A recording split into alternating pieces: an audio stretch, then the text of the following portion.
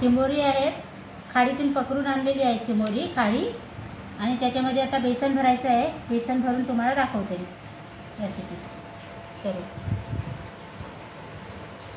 चिंबोऱ्यांचा भरला रस्सा बनवणार आहे.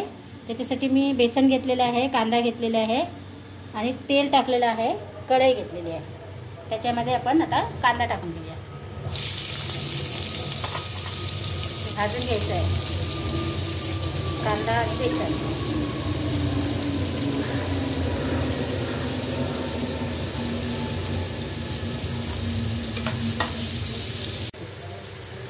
आता कांदा लालसर आपला झालेला आहे. त्याच्यामध्ये आपण हा बेसन टाकून घेऊया.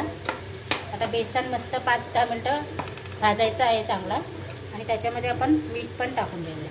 चवीनुसार मीठ टाकायचं आहे. बेसन पण आपला मस्त गोल्डन कलर यायला पाहिजे.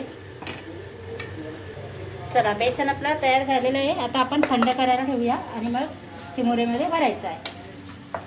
आता चिमोऱ्यासाठी आपण मसाला वाटण करायचं आहे. त्याच्यासाठी मी खोबरं भाजून घेतलेलं आहे. खोबरं, लसूण, कांदा आणि कोथिंबीर त्याच्यातच टाकलेली आहे, ती भाजून घेतलेली आहे. टोमॅटो घेतलेली आहेत 3, लाल तिखट घेतलेलं आहे, हळद घेतलेली आहे, टाटा कंपनीचा गरम मसाला घेतलेला आहे. त्याचा आता आपण वाटण. चला, तर आता आपण फोडणीची तयारी करूया. तेल ठेवलेलं आहे आणि कांदा टाकलेला आहे. मस्त असा कांदा.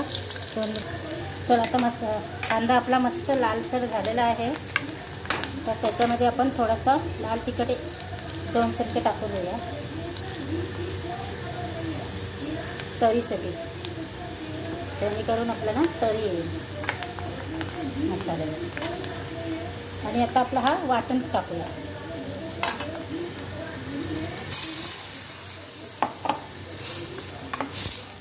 वाटण पण मस्त असा तो. चला, तर आता आपण त्याच्यामध्ये पाणी टाकून घेऊया.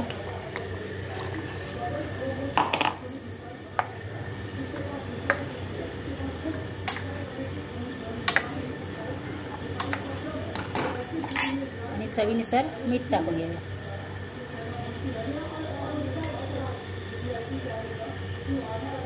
चवीनुसार मीठ टाकलेलं आहे.